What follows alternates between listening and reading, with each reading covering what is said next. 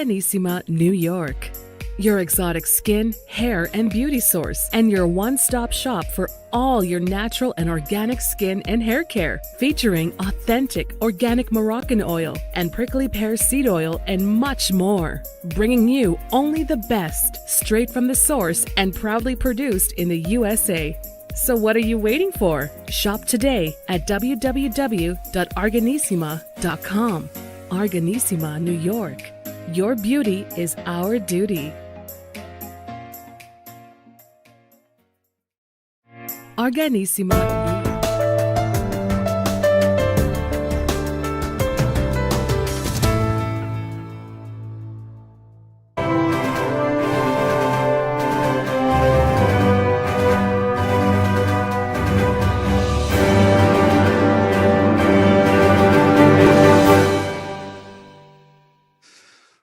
Well, hello and welcome back to the iHealth channel, iHealth Radio. Again, as promised, a new show, a new guest, a new day. And tonight, it is special because I am taking us again on a time travel.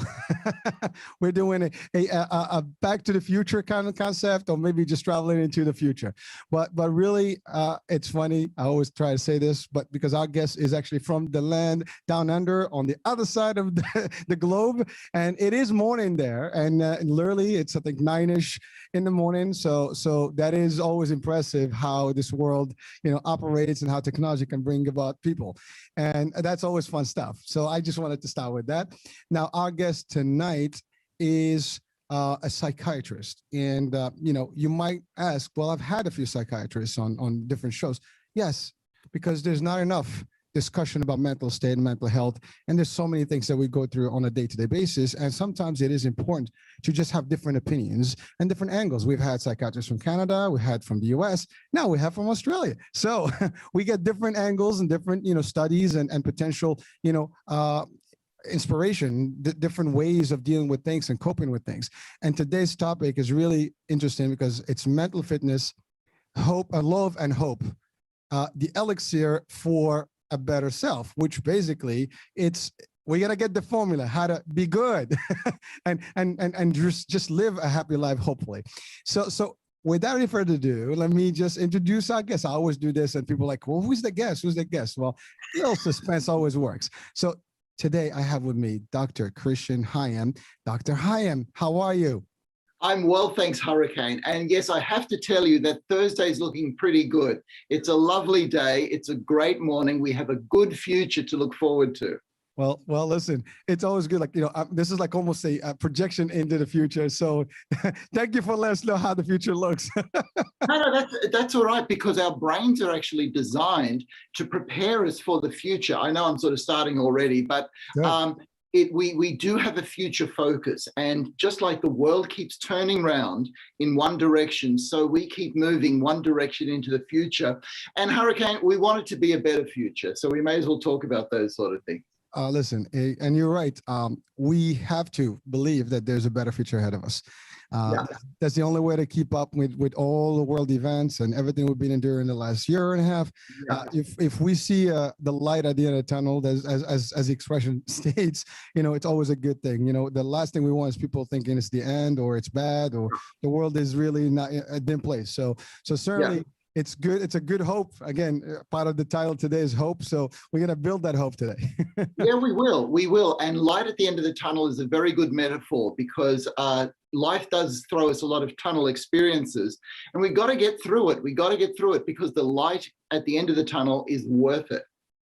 Listen, we all look forward to that. And I think even if someone has a tough time, a talk like this can turn them around and can show them that, hey, it's not for just a few, it's for everyone. But we have to choose it. Yeah. And on that, I just want to say thank you for your radio program, because you have no idea what a difference you make to people. I get to hear it in my office. I get to hear people say to me, and I heard this radio program, or I listened to this and it turned my life around. So I get to hear it, which is really nice. But there are people that you could actually be saving lives because you give hope and you give some ways for people to move forward, and they make little changes in their life that have a big difference. So thank you for all the work that you do. Listen, I'm only exchanging and sharing the information and the beautiful, good stuff that you guys out there are giving out there. And you are the heroes because you're really front line to help people. So we're just the messengers. We're trying to broadcast your information to the public. And that's really, and you're right. I mean, the hope is that it will touch lives in a better way. And hopefully save lives, turn lives around. That's really what it is. It's all about, keeping positive and turning things for the better. So that being said, so Dr. Heim, tell us a little bit about your background. I mean, I'm sure you've done quite a bit and, you're all over the place, all over the world. And I've seen some of this stuff and heard some of this stuff. So tell our audiences about you a little bit, and then we can dive into the topic of the day. Okay. Hurricane, I'm really quite an ordinary guy, okay? Sort of, I grew up in a lower middle class neighborhood. I loved music, so I got into music for a while, but my first passion was always medicine and helping people. And I wanted to help people through music, but I was able to combine that with medicine. And when I did medicine, I actually thought that I'd become just a general physician, all right? Mm-hmm. But I found that when I got into mental health and I saw people who were, they were suffering, okay? It's really difficult to see what people go through emotionally. And there's something about psychiatry, because it deals with the mind rather than the body. Science hasn't got a total grip on what happens in the mind. We don't even have a definition that we all agree on about the mind. So I was intrigued. I was interested. What sort of a difference could I make? And I love talking with people. I love getting to know people. It's a privilege to get to journey with people in their lives. And so when I started doing that, I actually thought, this is for me. This is where I belong. And so since that time, I have been in some sort of a situation where I sit down with people and talk. Sure, I use medicine. Sure, I put people in hospital because that's what they need. But the latest thing that I do is psychotherapy with people who've had personal trauma, okay? And oh my God, Hurricane, that's an eye-opener. There is so much trauma out there, but there's also so much that we can do.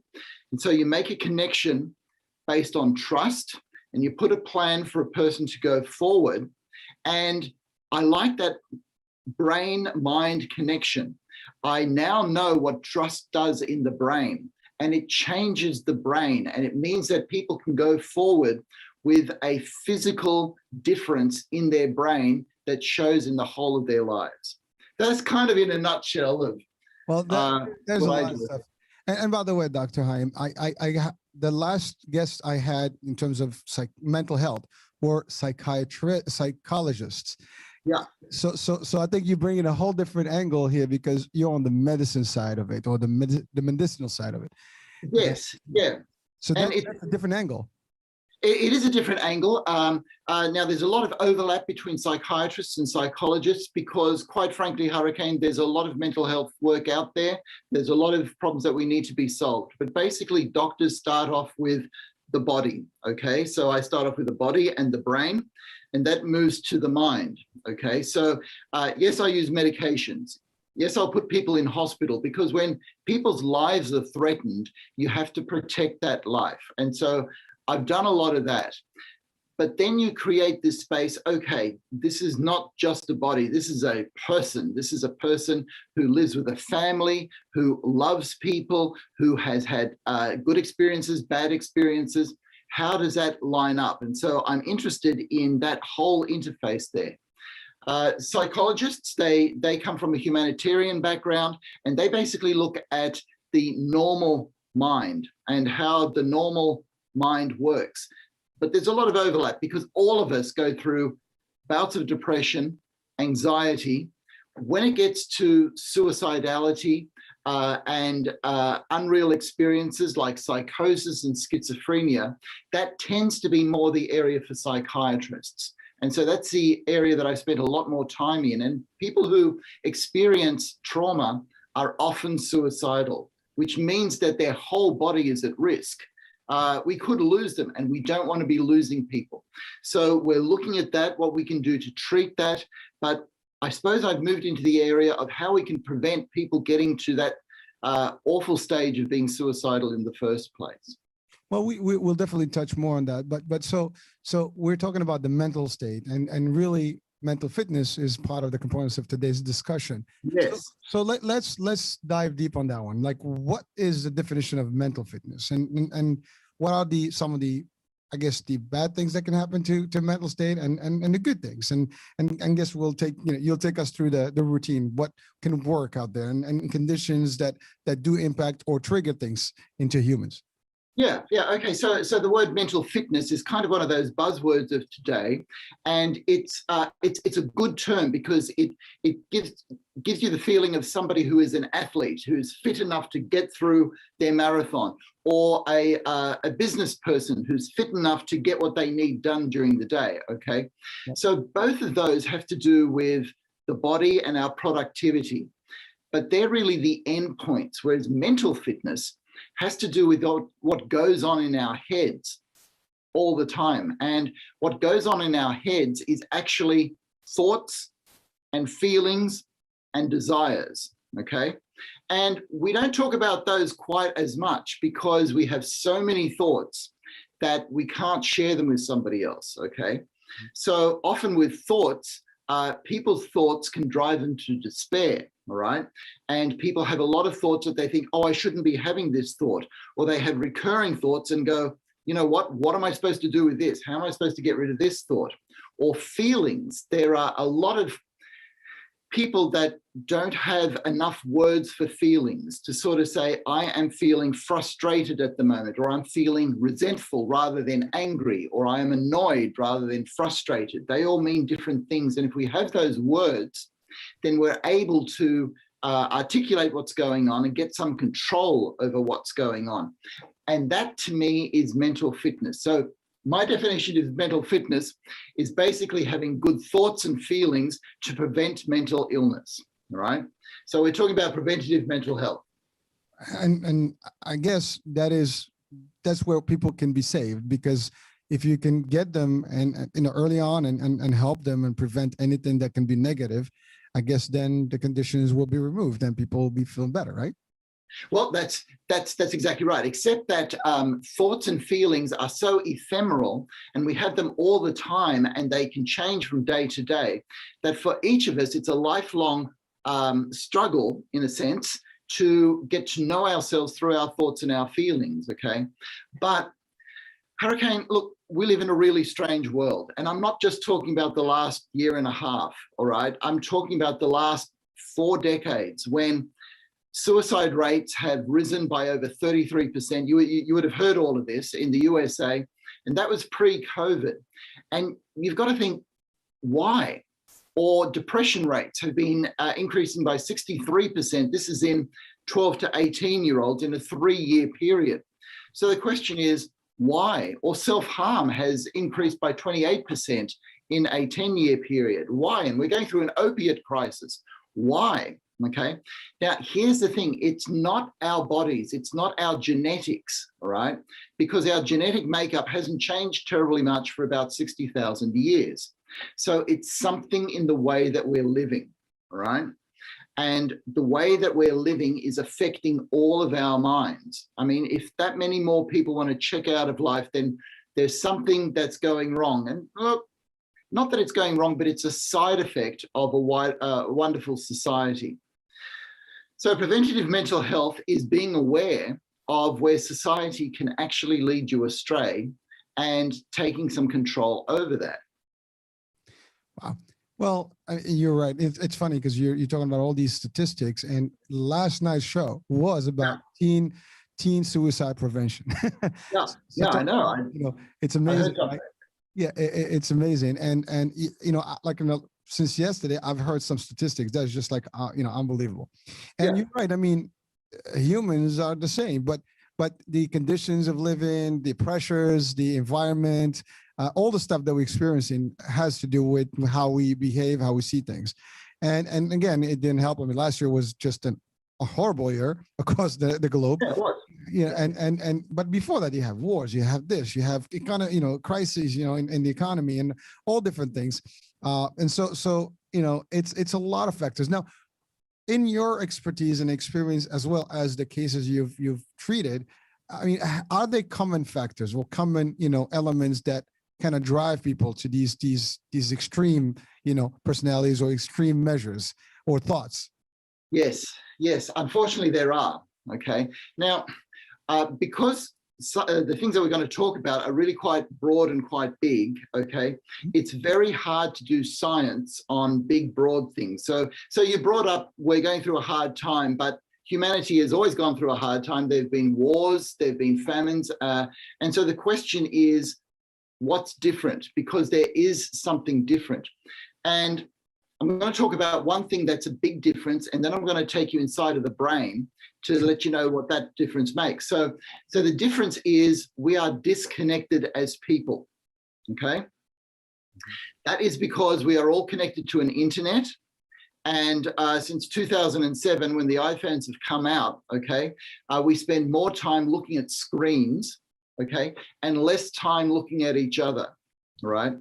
And there's a wonderful book by neuroscientist Susan Greenfield called Mind Change that looks at this question as to what computer technology is doing to our brains. And unfortunately, it's not good news. And never in the history of humankind have we had one activity that engages all of us so completely that it changes the way that we interact as a species, right? Now, that's kind of frightening.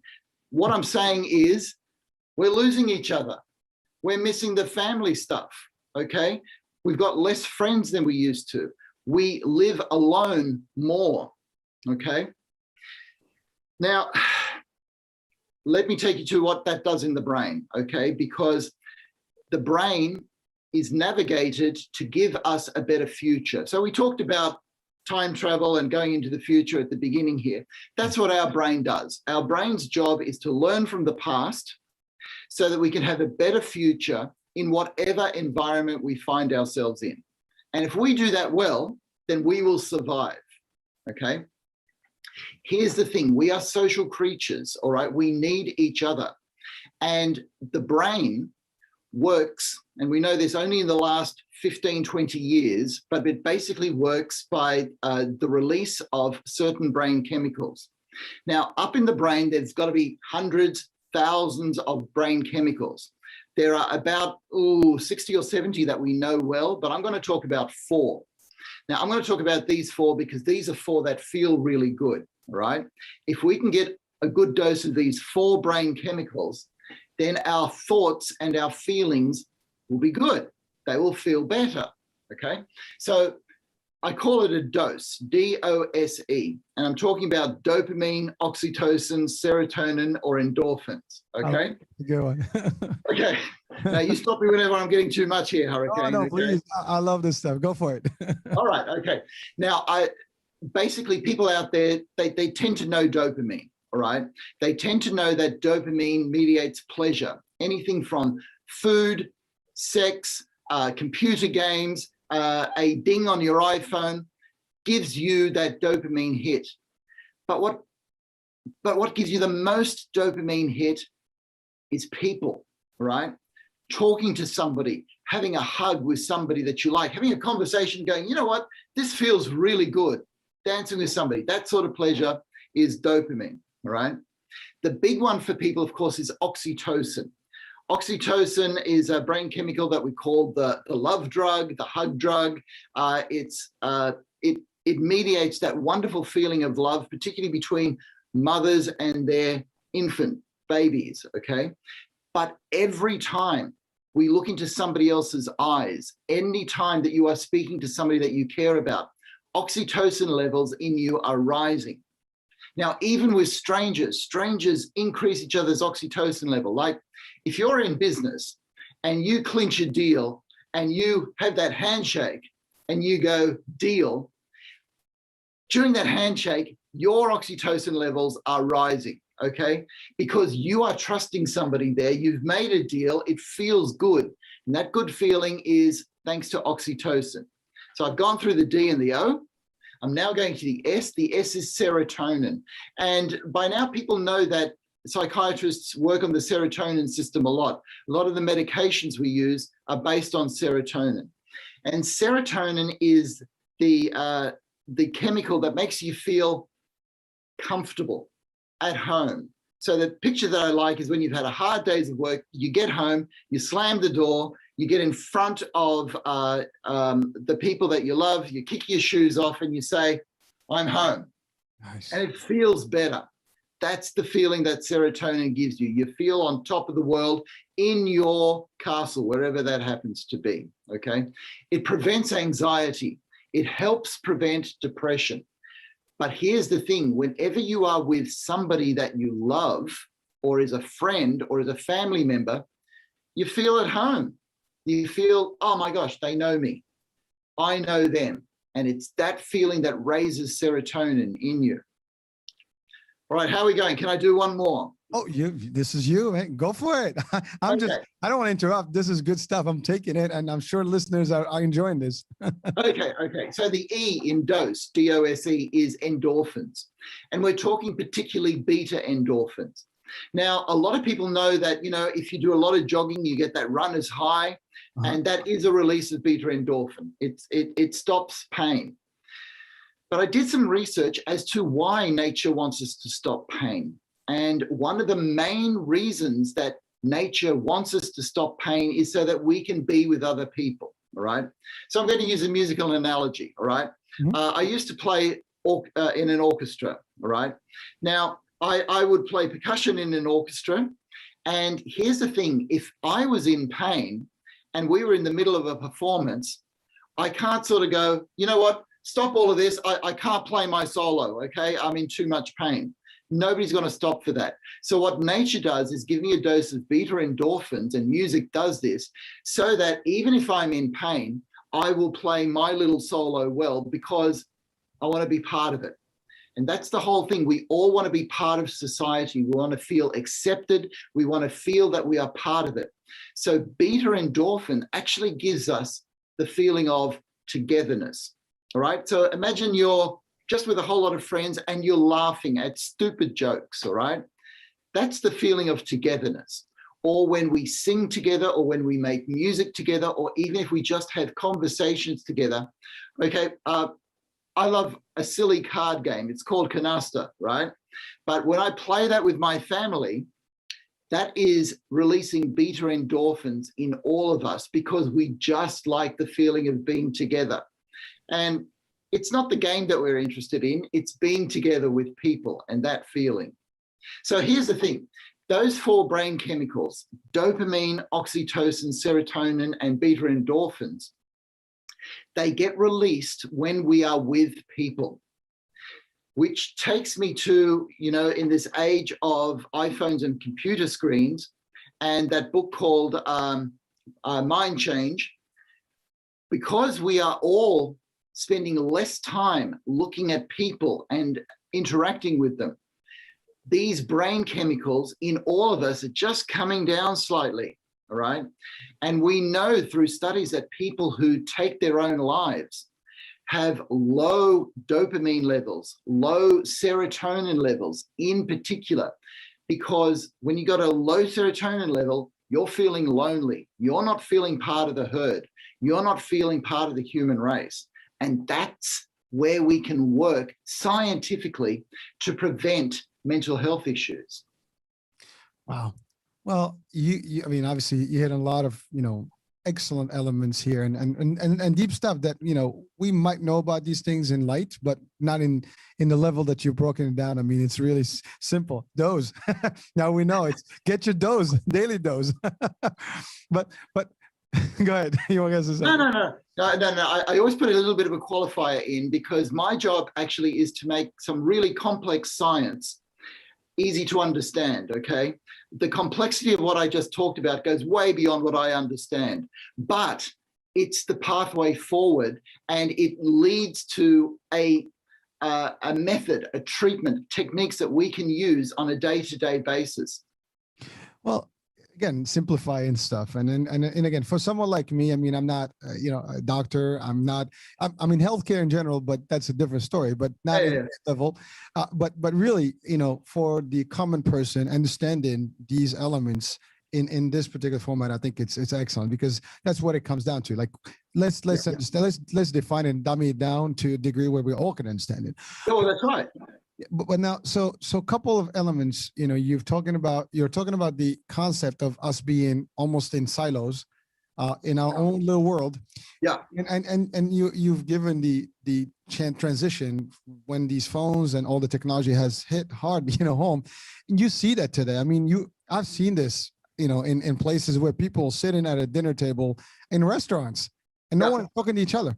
They're all on their phones. Yeah. And then there's that perception or false perception that we have all these friends, thousands of friends online, and followers and stuff.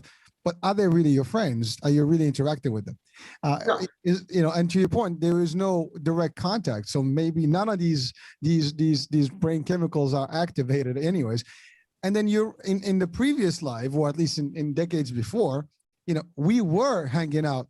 That's all we had. Board games, That's right. outdoor games, at the park, you're doing something with a group, you're playing ball out there, and now, like, I have teenagers myself, and, one of them is literally, locked in his room. And he's always engaged in his games and stuff, but there's no contact with the outside world. And even when we want to take him out, I mean, sometimes he does. It's a funny story. The one day he took off, he broke his arm. Oh, great. Oh, no. Oh, that's It's so sad, but really sorry to hear that. it wasn't funny there, but no, it wasn't. yeah, but what I'm saying. So it was rough. And then, like, my other teenager, a girl, and like, same thing. They live in this cyberspace, and it's getting to a point where they actually are online almost 24/7. Even when they sleep, they're on the chat box, and the chat is on. Everybody's like sleeping next to their phones or whatever, iPads, and they're sleeping, but they're actually connected. Some of them wake up, they start talking again, they go back to sleep. It's the weirdest. Right. But you're right. That's not human interaction. It is human interaction, but it's cyber interaction, not direct contact. So, it's different. I grew up, like, all my friends were real. I was out there with them. We pushed each other. We hugged each other. We did all kinds. That's right. And now you don't have that. I mean, and people they get so into this feeling like it's touchy. They don't even like to touch each other anymore. There's no touching. Anymore. There's no contact. Period. Yeah. And even in business, you said in business, even now business, we're doing a lot of this remote stuff. We don't even talk to each other like in one room. Let's go out to dinner or like business meetings, breakfast, whatever, shake hands, mingle. That's getting less and less of, so it's crazy, but you're right. And we don't realize it until now we put in perspective in front of us and we talk about it. And they're like, wow, damn, this is real. Yeah, and it is real. And we're even putting in things in place, like there are some businesses that are starting to ban the handshake, all right? Because one, it's contact, and secondly, it can be misinterpreted as harassment. And there are all these things, and we're trying to solve some problems, and I understand that, and that's good. But whenever we try to solve one problem, we create another problem. So we really need the science to know what goes on in the whole interaction to understand what we're doing. Wow. Well, again, and look, I got to talk about the kids, all right? You're talking about teenagers that stay in their room all day long, okay? Firstly, when I go to psychiatry conferences for children and adolescents, they look at statistics and they show that something changed in 2007, right? So you look at trends, you look and see, okay, so depression and anxiety are rising, but then you get to 2007 and it takes a dip and it basically gets worse. And so the thing is, what happened in 2007? Well, in 2007 is when we were all able to take the internet with us in a small cell phone, okay? And this has affected our younger generations much more. You and I remember a time when computers don't exist. All right. Sorry to put your age away, Hurricane, but you know. I know. The computers were only limited to big companies and big rooms. It wasn't available in your home. No, that's exactly right. So your brain developed in a world that had no computers. So we actually experience the world differently than people who are born after, say, 1990, when computers pervaded everything, all right? So the question comes, so Dr. Heim, if these brain chemicals feel so good and people give you these brain chemicals, why would people spend so much time on the internet, okay? And the answer to that is because the internet and all these devices, they really give us boosts of dopamine without oxytocin, without serotonin, without endorphins. And the thing about dopamine is it feels really good for a short period of time, whereas the other three feel good over a long period of time. Now, when we talk dopamine, we're talking about the same substance that gets released when you're on crack cocaine, methamphetamines, even alcohol. All of our addictions, I shouldn't say all, but most of our addictions are driven by dopamine because the pleasure is immediate. And what happens is that tends to trump the other three. But as anybody who has been addicted will tell you, you're left feeling empty, all right? You may have had a high on your cocaine for a couple of hours, but after that, you go into this empty low. And one of the reasons for that is you didn't get any oxytocin. You didn't get any endorphins. You didn't get any serotonin. You got a big hit of dopamine. Now, I've simplified that, right, a lot, but basically that's what's happening. And so we've got to get back to people to get our endorphins, our oxytocin, and the rest of it. So it's more like a temporary patch or caffeine kick, but that's about it. And then you get a crash, and then but you're not continuously in the same level. So similarly in insulin, if your insulin levels are up and down spiking, your body is not doing good. It has to be consistent. So I get it, and it's funny because you talked about computers before and after. Even in the business world, I remember when I used to leave the office, and there was no more contact with the work. That's it. I got to come back the next morning, log in, and then start seeing my emails and everything. Now you take your work with you, you wind up working almost, 18, 20 hours a day sometimes, you finish at 11, 12, maybe, on emails, you wake up at 4 or 5 o'clock and you're already back in emails. You work, so stress levels are even higher, and that's the other thing, right? There's no enjoyment to your life. Like we used to live a better life, I think. You finish, you can go, and it's funny. I mean, you're in Australia. I had these discussions before about lifestyles, and like Europe, for example, they have a different lifestyle. They have the siesta time in most of the countries. They take a breather. Everybody finishes, a certain hour. They have more vacation time. So there's different. There's more union, culture there. So the work world is different there, and even their food, habit is different. I'm not even sure how that works in Australia. Any similarities? But every country is different. In the U.S., we work. I mean, the name Hurricane came from a concept where I moved from one state to the other with the higher speed of work ethics. And so they used to refer to me as "Here comes Hurricane," right? So literally. So that's where it came from. But the reason, again, because we are so used to that high pace here. It's like, you just run. You got to balance your life between work, family, pleasure, all the other stuff, vacation, take a breather. I personally believe in a culture where you got to break the routine. You work, then you got to take a little breather, work, breather, so on and so forth. But today it's, and the convenience, to your point of the work being at home with you. People don't leave right now. I mean, you can work 12 hours in front of the computer. Hey, I'm home, I'm relaxing, but you're really working. That's right. And you see that there's nothing wrong with hard work. Okay. We can enjoy our hard work. We can be productive, but Hurricane, look at you. You're a really gregarious person. You make really good eye contact. Okay. You're motivated. It feels good to be around you. Okay. And why is that? Because when we interact, right, you're actually increasing my oxytocin levels, you're increasing my endorphin levels, you're increasing my serotonin levels. And you see, when we get together in an office and there's flesh and blood, other people around you, that's what happens. So working hard can feel good. But here's the thing, we get enamored by the productivity itself. And as long as those numbers get higher and higher, we think we're doing better and better. But this is where our hope can become in science, all right? The thing about science is just a name that means knowledge, all right? So all that we have to do is understand what's going on. If we know what our interactions are, the hope is that we go, oh, wait a minute. If we stop these handshakes, if we do everything over Zoom, right, we're going to just lose out on some of these brain chemicals.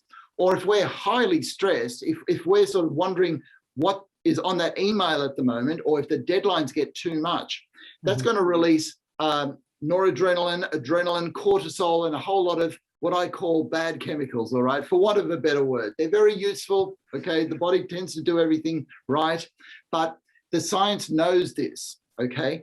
And then what we need is people to translate the science into techniques that we can use on a day-to-day basis that make sense. It's no good if a scientific fact stays in a book, all right? Useless, all right? But science is complicated, all right? I find it complicated. But through the work that I do, you get to a few basic things that you can go, okay, you got to spend more time at home. You got to play with your kids. You got to relax. You got to unwind, okay? And you've got to be motivated to have hope for the future. So we talk about how to do all of that. Well, you're right, and there is a pleasure in that. I mean, and it gives you almost a replenishment of energy to go back again and do. You know, it's like you refresh, you restart your own body, your own mind, and like you go back more energetic. You can do more and produce more. Well, yeah. That's exactly right. Sorry for butting in, but in today's world, the workplace is becoming more of a family for a lot of people, okay? But because we're really focused on productivity and protocols now, where most people used to get their friends from work. Most people used to be able to sort of find some time just to have a 5 or 10 minute chat with a colleague. And people used to look forward to going to work because, you know what, you'd be with people again. And that feels really good. And if we could bring some of that back to the workplace, that would help the way we all function as human beings. Well, I can tell you, COVID didn't help that at all. I mean, it just put everybody at bay, everybody locked down. I mean, you know, and there were a lot of critics in the COVID, you know, pandemic, you know, deep time. Yeah. We had all the lockdowns across all the nations, you know, whereby, you know, it impacted, you know, drastically people. I mean, even those that were in a good place, you know, a lot of them may have been affected, you know, adversely in terms of how their system reacted to it, because you were forced. I mean, listen, I mean, jail is punishment and lockdown is a form of jail. I mean, even especially for those people that may not have the space, or they live in maybe a building and they can't get out, or, you know, some countries have lockdowns, you know, and curfews. You can't even leave your place, you know, so it's crazy. And you're right. So the aftermath of all this is only going to begin to actually unveil itself going forward. And you're going to get a lot more cases of, and recently, I mean, at least in the US, we're seeing an increase in like shootings and random crimes and stuff like that. So I have to believe that there's a connection of all that. I mean, all that, you know, people that being stressed and anxiety and all that depression that they potentially got themselves into, plus the financial impact as well. You know, people are losing their monies, their homes, and whatever the case, they have to move. So all these things are having a bad impact. Now, you mentioned the word hope, and I think love in there somewhere. Love. So that brings us to that other item. Now, I know you have this concept of 7 love types. Yeah. Thanks for bringing that up, Hurricane, because I'm going to tie that to the COVID crisis, okay? Because you're right, COVID has not been good news for anybody, all right? But here's the hope. The human brain is designed to learn, okay? Which means that we can look at COVID and say, okay, what have we learned through all of this? And yeah, we've learned that it's a big problem. We've learned that every country made some mistakes. Okay, we've learned all that thing. But for me as a psychiatrist, here's the big lesson that we learned from COVID. We need each other as people. If we don't get together, we miss each other, all right? In fact, we've been apart from each other so long that some of us didn't know how to interact again, all right? It caused a lot of friction because we started to lose skills in getting on with each other, right? But we can learn all of that. And if we move forward from COVID saying, you know what, we actually are more important to each other. We can actually love each other. Okay, all right, what does that mean? Okay, sort of love today has become a word that means, okay, you've got your one love partner and we're all looking for love, which is actually a code word for something else, all right? So this word love has become problematic. And in a way, it's got a bad reputation and it's become a bit of a platitude. So I thought, well, okay, the science tells us that our brains are wired to get on with each other. So we're actually wired for love. But the scientific view of love is very specific. It's tied around reproduction and survival of the species. So what I did was I went to ancient Greece to say, no, we would need more words. And sure enough, there are words for friendship love. There is words for family love. There's words for love of stranger. There's words for love when somebody helps you out or guides you in a process, like getting a business mentor or something like that. And I thought, okay, this is it. We can look for different types of love. And if we understand the different types of love, we can know how to get them working in our lives. So that's where we got to the 7 love types, because as cliche as it sounds, love is the answer, even scientifically, all right? But we've got to flesh that out so we understand what that actually means. Well, I mean, love is, at least here I can interpret it as a form of energy, and it is portable, it is contagious. You know, Oh, you yeah. can see it, you can feel it, you can sense it. And you said there's love for animals, for nature, for everything. I mean, you can, you know, there's negative love, you know, too much pride and ego is one thing, but we're talking about positive stuff, of course. But yes, I mean, you're right. It's, if you believe and love and love everybody, you know, and everything, there's a chance you're not going to have any negative, you know, vibe or negative, you know, outcome or feelings or even thoughts. Because you always are projecting positivity. And you mentioned about, you know, the way I project, for example, that's just how I am. I mean, I love, I enjoy, you know, discussions, and, you know, people always like, you know, criticize me, like, you know, well, you talk too much, or you always smile. Like, listen, you know, I'd rather be this. I mean, listen, I'm human. I do have my bad moments, and I probably, when I frown, it doesn't look good. but you know what it is? I mean, no, we're not perfect. We're humans, right? That's exactly right. But it's just the balance. I mean, we all are entitled to have a bad day or a bad moment. But the question is, how do we get out of it? And I think with COVID, there's 2 parties. There's a group that was able to make it, survive it through resilience and different ways, and getting, you know, active with other things to get them by.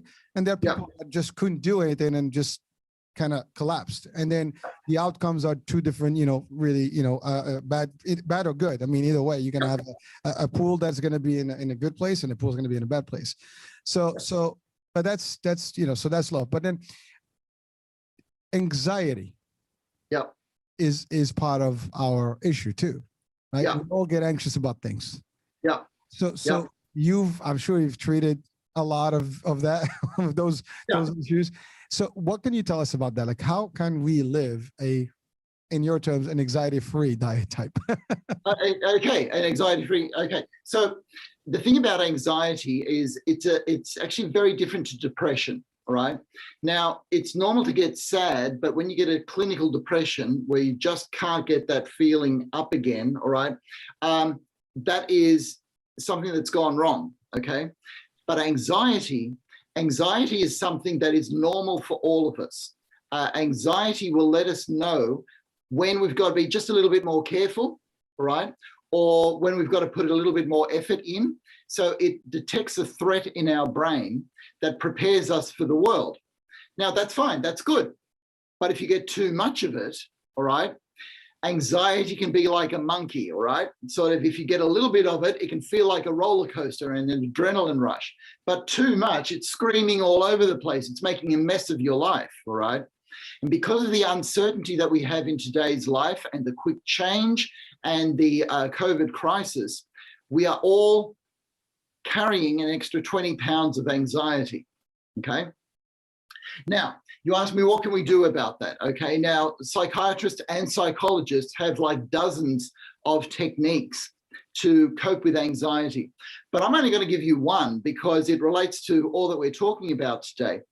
When your child is anxious, what do? You hold it, you pat its hand, you cuddle it, okay? So it gets that feeling, it gets a burst of serotonin, all right? It sort of says, hey, you don't have to be that worried. You're with me. I am here to protect you. And so the more we get around people and actually have physical hugs, all right?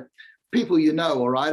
I don't think you should go and hug the bus driver or anything like that. We have that experience that I need a hug. Yeah, that's right. People, you can go and say, like, I just need a hug. You know, I've seen that actually done in some trainings and stuff where people are just like, let's hug someone.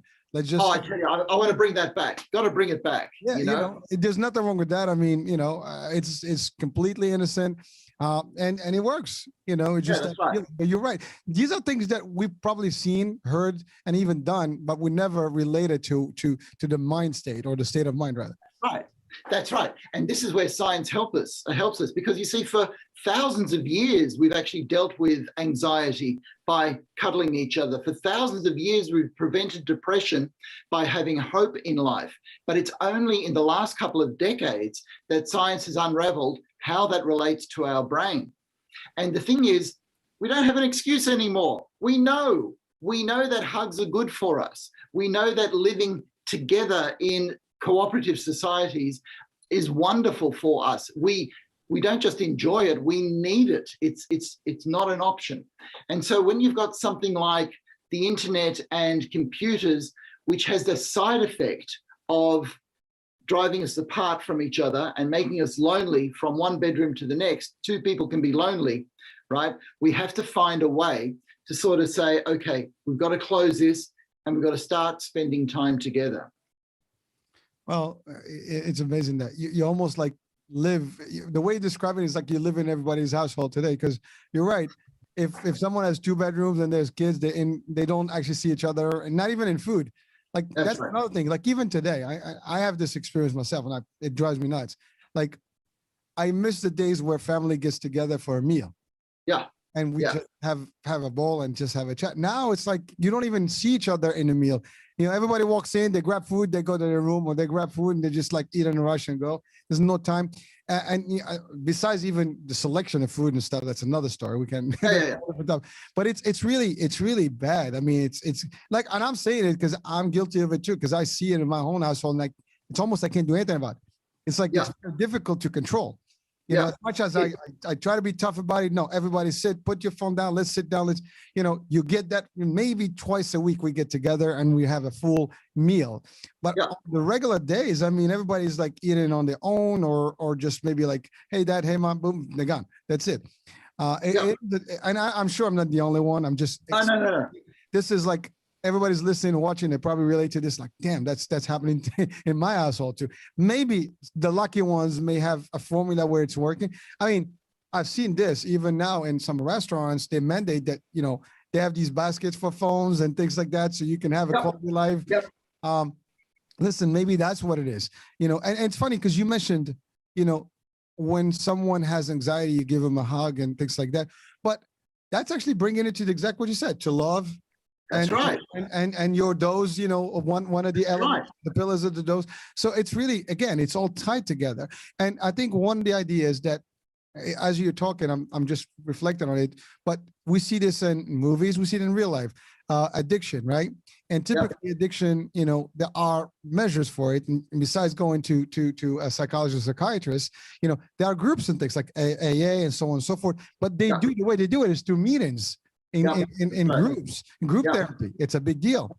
And now I can relate to why you want to be feeling not solo. You want to feel like you belong, or at least you're not the only one experiencing it. So it helps I guess, to cope with it better. So it's like, again, it's all coming up to a clearer vision right now, a clearer picture as to the impact of this. You brought us some really good stuff there, and it's really vital for our society. And I'm going to talk a bit about the mealtime, okay? Just how difficult it is for that. Because one thing that's hard to get over is when you sort of see that everybody else is doing this, and so you get a new normal. But you see, 50 years ago, the normal was that 6 o'clock, the whole family sat down for dinner, okay? And so we have what we call 5 blue zones in the world. Now, these are places in the world where people live for longer than anywhere else in the world, okay? And we've looked at their diet, and we've gone, aha, that must be a good diet. But what we haven't scientifically unraveled is it may not be the diet. It may be how they're eating, right? Because when people in these blue zones get together to eat, they take time, they laugh, they help each other out in preparing the food or in washing up, all right? So it's a whole lifestyle, a whole ritual, if you like, around eating. So here's the thing, it may not be the food itself that is helping them live longer. It may be the way that they're eating, and they eat together. They share oxytocin, serotonin, and endorphins, as well as the dopamine pleasure of food. So this is one really practical thing. I would actually encourage every family, every household to get together for a meal, and you start off with one. You start off doing it once, okay? And then when you do it once, you then do it weekly. And then from weekly, you go to twice weekly.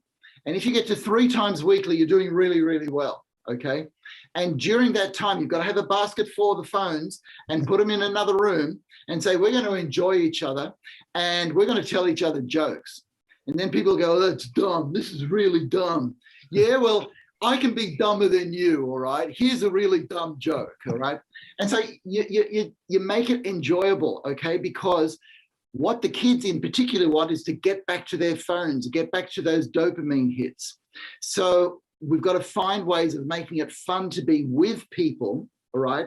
And then you say something beautiful. Hey, you know, I've just really loved this time because I love you, kids. Because here's our advantage as human beings. The internet will never tell you that it loves you, all right? It just can't. It won't. In fact, it demands love from you, but it doesn't give back. Whereas all of us, we give back to each other. And so then at the end of the meal, you give everybody a hug, a kiss, and say, okay, go and enjoy yourself. But I love this time, all right? Because what happens is a lot of parents get together at the meal table, and then they'll sort of go, oh, well, I had a hard day today, and you're not doing this, and blah, blah, blah. And they destroy the mealtime because that's no fun. It's more fun for the kids to be on their iPhone. So you've really got to work to make that time a time of fun. And it'll be artificial at first, but it'll start being natural afterwards. I have a solution. Oh yeah, good. I just take the Wi-Fi off the house. I shut it down. I've done that actually. When they really annoy me, I just shut it down. And then all of a sudden, about 2 minutes later, everybody comes out of like the little ants coming out of the little, homes, and they come right out. Dad, there's no internet. Like, yeah, it's off. We can sit down. Let's play some board games or something, and it works. Wonderful. And it's funny. It so happened that about maybe a couple of weeks ago, I had a power outage in my area. Yeah. For about 2-3 hours. So there was no computers, there's nothing, and luckily their cell phones were actually dead, so they didn't have them. So they wound up the ones asking, "Oh, let's get together, let's get some board games, let's play together, let's get some fun stuff." And they were demanding to actually be together, and playing. I'm like, so we should just be camping it more often with no technology. Yeah, oh, definitely. We okay. So science again. We have studies that show that each of us need to spend 2 hours away from technology in nature every week, 2 hours a week. Okay, so that's a family picnic, that's a walk in the forest, that's an afternoon at the beach, whatever. Okay, but that sort of family time in nature really clears the head. Wow. Well, so there's one more item I wanted to ask about. So now we're talking in general terms, but you have multiple personalities. Everybody's different. Yeah. And there's also cultural differences or religious beliefs. How does that all play in all this? And I'm assuming that most religions and beliefs have one thing in common. They all kind of preach love and peace, right? So how does the science or the mental state apply here? Okay, so firstly, there's two things that I want to say. Firstly, that the science shows quite clearly that people who have a belief system, a religion, and they are part of a worshipping society, they do better in all health parameters. They live longer, they have better blood pressure, they have better mental health. And but here's something recent as well. We found out that if your belief system is in science as a belief system, okay, and your hope is in that, you get those benefits as well. Now, part of those benefits have to do with being with people, but part of those benefits is finding meaning and hope in life, which brings me to the work that I do, because what you say is exactly right. We've been talking quite generally and quite broadly, but we are all individuals and we're all very, very different. Mm-hmm. And when I work with somebody in my office and for, let's say, an hour, we've got a door closed, no interruptions, and we just get into this space of being together, I get to know the workings of an individual. And so, yes, there is always a place for finding what the individual problems are and what the individual solutions are. But what really helps is that we are two human beings getting together. And just by me understanding what's going on in somebody else's life, that in a sense is a form of love, because I'm getting close to that person in a professional context. But because of that, they feel very validated as a person. And so you couple that feeling that you are worthwhile as a person together with techniques based on whatever psychotherapeutic framework that I'm using at the time, and the person then has hope to say, yeah, life is worthwhile. But see, the thing is that we can do this for each other, all right? Couples can do it for each other. Father and son can sort of do it for each other. Mother and daughter, okay? All those relationships, we can give each other the feeling that we are worthwhile as human beings, okay? And it just goes forward from there. Well, Dr. Heim, I can tell you this, it's a lot of good stuff that you've shared today. And while some of it is pretty simple to understand once it's explained properly, which I think you did a terrific job of breaking it down to us in lay words. And I really understand it a little bit more in terms of how and what the impacts are. Yeah. And you mentioned earlier, we talked about the hope and the light at the end of the tunnel. Yeah. Life is worth it. And you're right. I mean, life is worth it. And there's plenty to do. And you know what? Live it to the fullest. Enjoy everything. Enjoy the people around you. Because before you know it, some of these folks may not be around. And that's just how life goes. That's right. We all lose people that are close to us, parents or friends. And no one knows when that happens. So enjoy every moment of it and do the best you can. And know that no matter what circumstances are out there, things can always be better and will be better. And you have to believe in that. You're quite right. But the science says that we can make it better. And all right, I'm bringing up something new, but one of the dominant narratives of science has been that life is random. We don't have any free will. We don't have a choice in the matter, and it just happens. And I'm really sorry about that, because the science shows that the choices that we make are very, very important. And if the science itself shows that the choices we make are very, very important, that means that we can actually do something about our situation. All right. So let's take the culture wars that are happening out there at the moment. All right. This could actually go very, very badly. All right. This could all go in a horrible direction. It could actually make for a world where we're getting on better as people and understanding us more. Now, the science is what's called the mere exposure effect, and that was experiments done 50 years ago, shows that we could actually get on really, really well if we get to know each other, all right? But here's the thing, the science also shows that initially, we're going to be distrustful of each other and there's going to be some initial hostility, okay? So in other words, the science is showing what we're actually going through. But here's where choice comes in. If we can become curious about each other, then we can actually start to accept and like each other, all right? So the easiest way of looking at this is Chinese restaurants, okay? San Francisco, New York City, Melbourne, Sydney, Vancouver, they've all got their Chinese restaurants. When the Chinese first got to a place, people were suspicious, people were hostile. Now you have arguments as to who's got the best Chinatown. Is it San Francisco, New York, Vancouver, or Sydney, all right? We're proud of our Chinese heritage in our society. Now that's taken a long time, but scientifically we know that that's what happens, that when we're together with people, we will actually get to like each other. But it becomes our choice. Will we grow curious enough about each other to go, you know what? I can get to understand you and I can get to like you.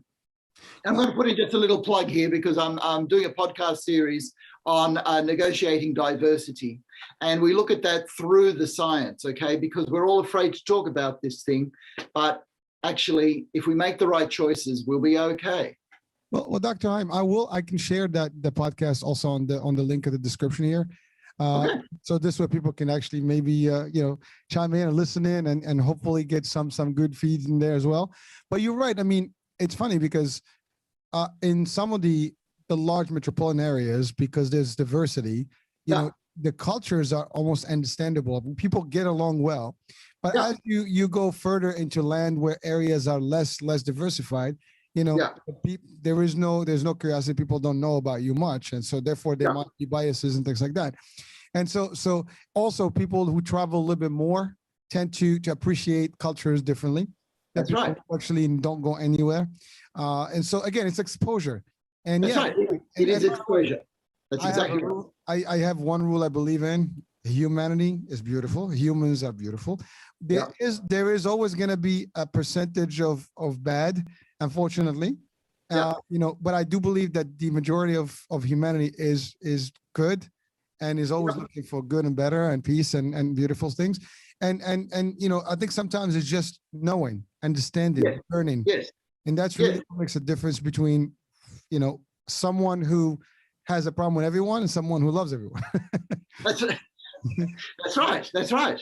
And that knowing comes from science, because that's what science is. And, you know, even the towns where exposure is slower, it means that acceptance is going to be slower, all right? Sure. But they can still head in that same direction, in the right direction, okay? And it comes down to our choice. If we're curious about each other, and if we know about the effects of love on these brain chemicals, then we start to go, oh, you know what? If I get to know this person, I'll actually make another friend. Okay, and life will actually be better. Well, Dr. Heim, I mean, I always relate to one example: kids at early age. I don't care. You can put 10 different culture-based kids in one playground, and just have them, give them a ball or some sort of, I don't know, cricket or something that they can. I mean, I'm relating to a sport or maybe a rugby, something you know that they will relate to, baseball, whatever, and they'll get along well. They don't know the difference. They just enjoy. They're gonna love each other. No harm. So talking about choice and understanding, we make the choices to love and hate. We make the choices to accept or not accept. You know, because we develop those things based on what we expect, what we want, and what we hear.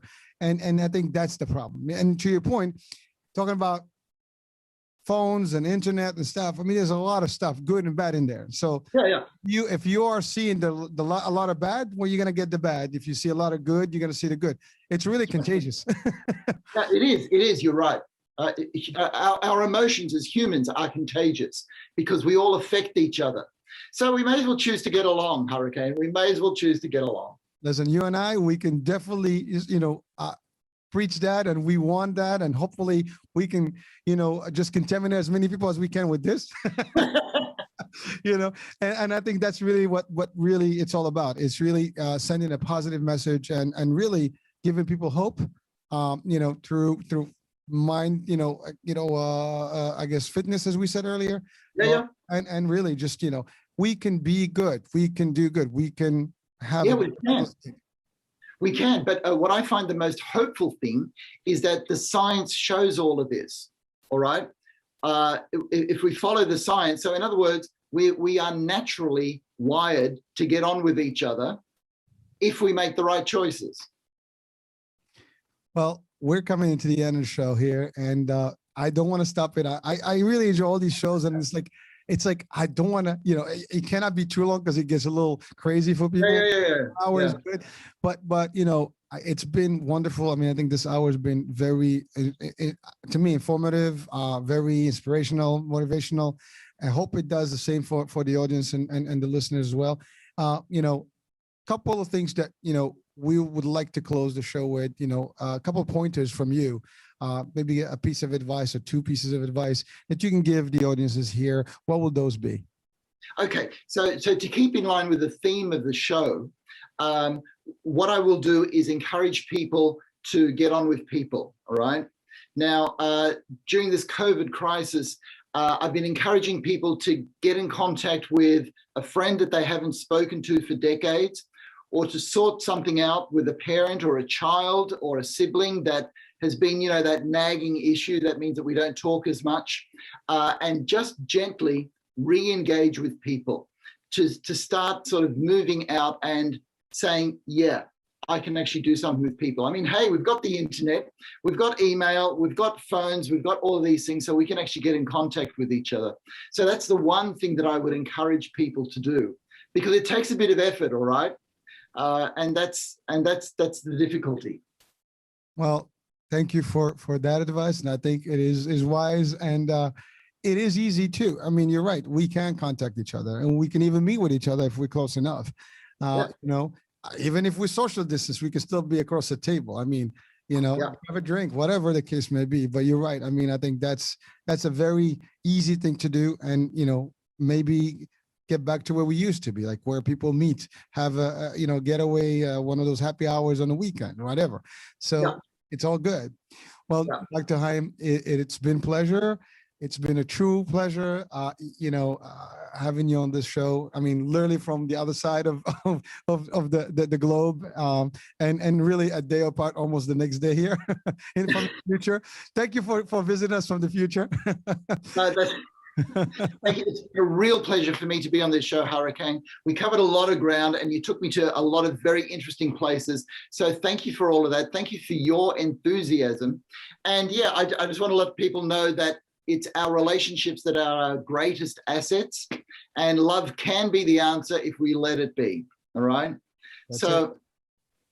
Thanks for the work that you're doing, mate. Really appreciate it. And thank you for everything that you do to help a lot of people. So with those words, we're in our show for today. Dr. Heim, thank you for joining us. Listeners, viewers, thank you for watching on the iHealth channel. Listen to iHealth Radio. Hurricane H here. We'll talk at the next show, next time, next guest. Ciao, ciao. Bye-bye.